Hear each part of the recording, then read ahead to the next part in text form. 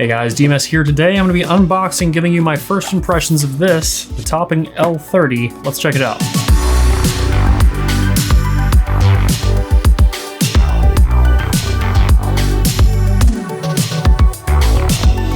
So this thing is pretty cheap. It's about $139. I got this one on Hi-Fi Go. They sent it over to me. I am not being paid or compensated in any way to make this video. They just sent it over and said, give us your opinion, so here it is.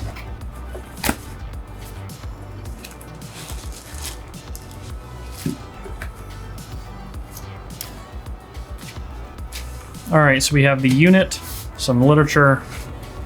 That's a surprisingly heavy box. I'm assuming there's a wall wart. Yes, there is. And an adapter.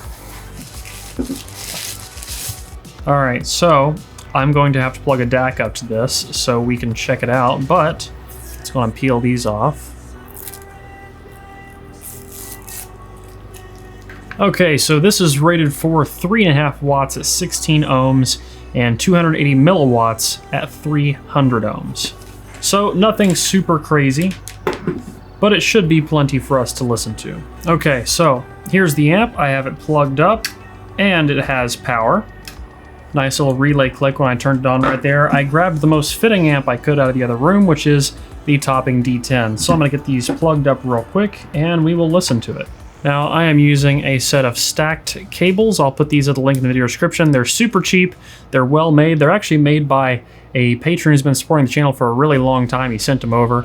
And there we go. There is the D10 and the L30 hooked up together. Now, as I'm sure you notice, this has an RCA in and an RCA out because on the front here, there is a switch. You can use it as a headphone amp or you can use it as a preamp. And then there are 3 gain settings, so 0 decibels and then plus and minus 9. So we'll start at 0 and see what it sounds like with, let's go with the 6XX to start out. I've got 3 headphones in front of me that I'm going to use with it. Okay, it sounds a little bit soft on the HD6XX. It's not pushing super hard bass impact. It felt like there was a bit of a lower mid-range focus, but nothing was harsh or distorted. I did notice if you really want to crank it, you're gonna have to flip it into high gain, but you could probably get up to like 2/3 volume just fine and listen comfortably on the 6XX. Next, I'm gonna plug up my daily driver headphone. This is the Diana V2. I have another one of these. It's a custom-made one at the office, and at home I've got this one, the standard Diana V2. This is a much harder to drive headphone comparatively, so I'm going to flip that into the high gain mode. The bass response feels a little bit more dull and flat on this compared to some amplifiers, but the highs are very gentle, which is interesting. It's producing the highs more gently than something like an Atom, but it's not giving the full bass presentation you would get on an Atom, so this is a very interesting sound. Let's try it on the Argon, which already has a pretty strong bass presentation, and see what that does. The more juice you can give it, the better it usually sounds. So let's see what this does. Okay, so I think I'm starting to get a general idea of how this sounds.